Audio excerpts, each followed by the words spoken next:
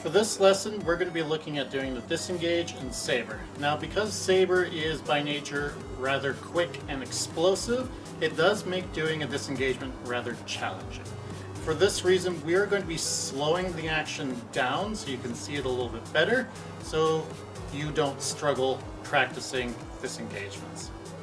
We're going to be looking at three principal things.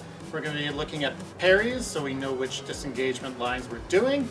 We're going to look at our distance, and then we're going to look at our drills in slow action.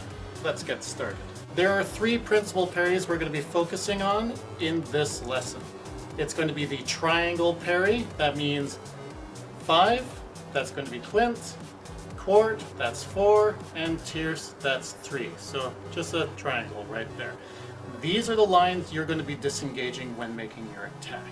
As you can see, they are all exaggerated parries. They're very deep, which means if you evade that parry, there's a significant target exposed for you to attack.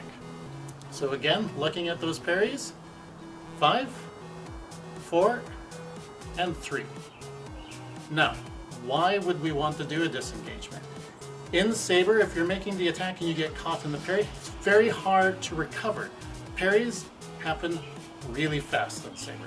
So you want to do a disengagement if you are able to continue the extension of your arm, threatening the target while dipping the blade around.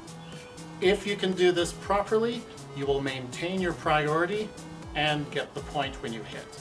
If you do this incorrectly, that is if you pull your arm back, or if you land, or you stop, this is going to terminate your action and you're not going to get the point.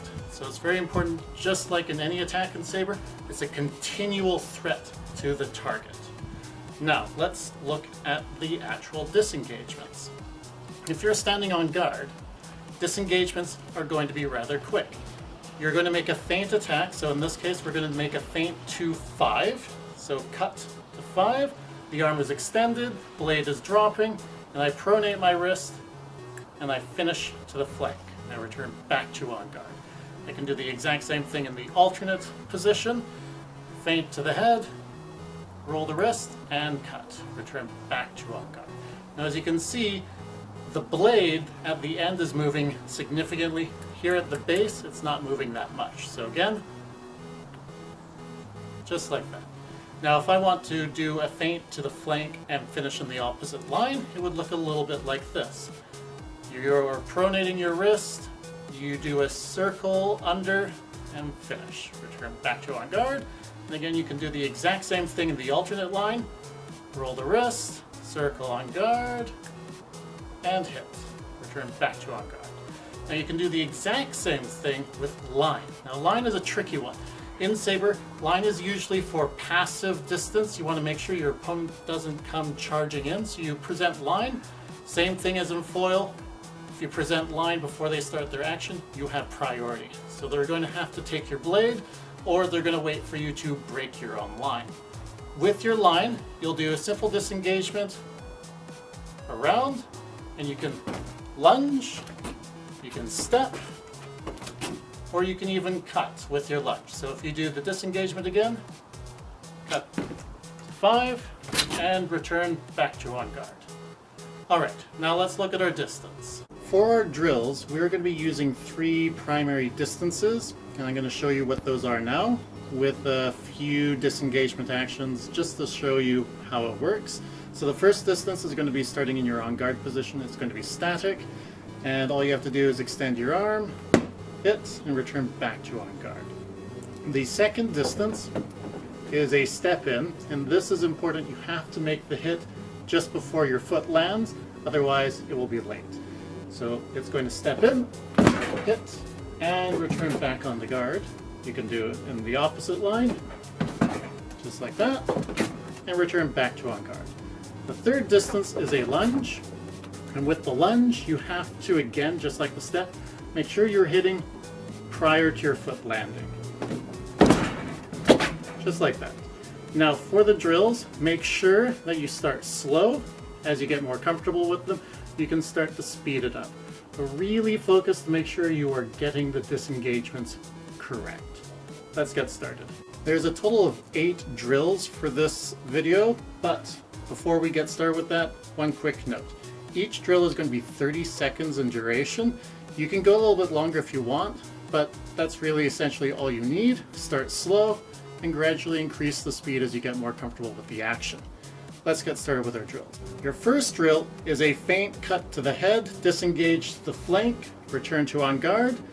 Again, feint cut to the head, disengage to the opposite flank, and repeat.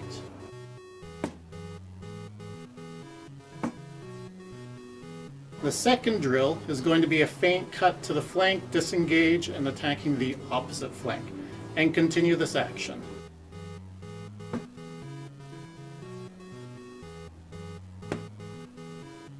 The third drill is going to be a step feint attack to the head, disengage to the flank, return back to on guard, and repeat to the opposite flank.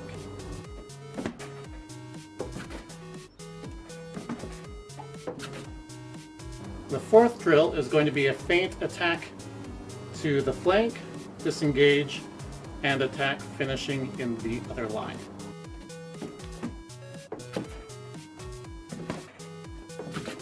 The fifth drill is going to be a point in line.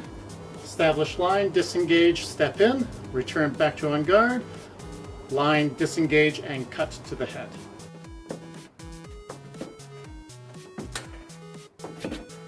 Our sixth drill is going to be a lunge, feint attack to the head, disengage to the flank, return back to on guard, and repeat to the alternate.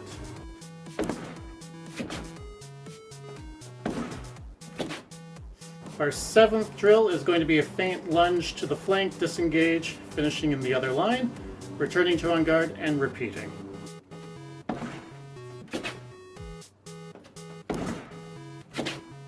Our eighth and final drill is going to be point in line lunge with disengage, return back to on guard, line, disengage, cut to the head, and repeat.